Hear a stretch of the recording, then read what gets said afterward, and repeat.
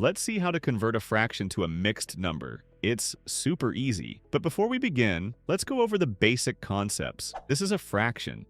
The number on top is called the numerator. The one on the bottom is the denominator. The denominator tells us how many equal parts make up the whole. The numerator tells us how many of those parts are being taken.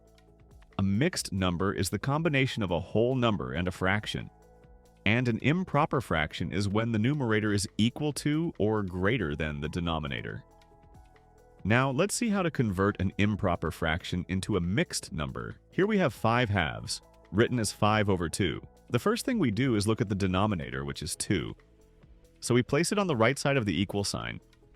Now, we check how many times 2 fits into 5 without going over. We use the 2 times table.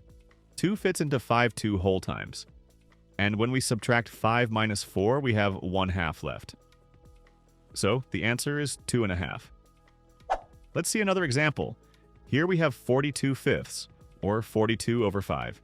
Since we're working with fifths, we write the 5 on the right side of the equal sign. Now we ask, how many times does 5 fit into 42 without going over?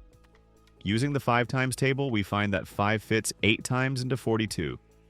8 times 5 is 40. When we subtract 42 minus 40, we get 2/5 left.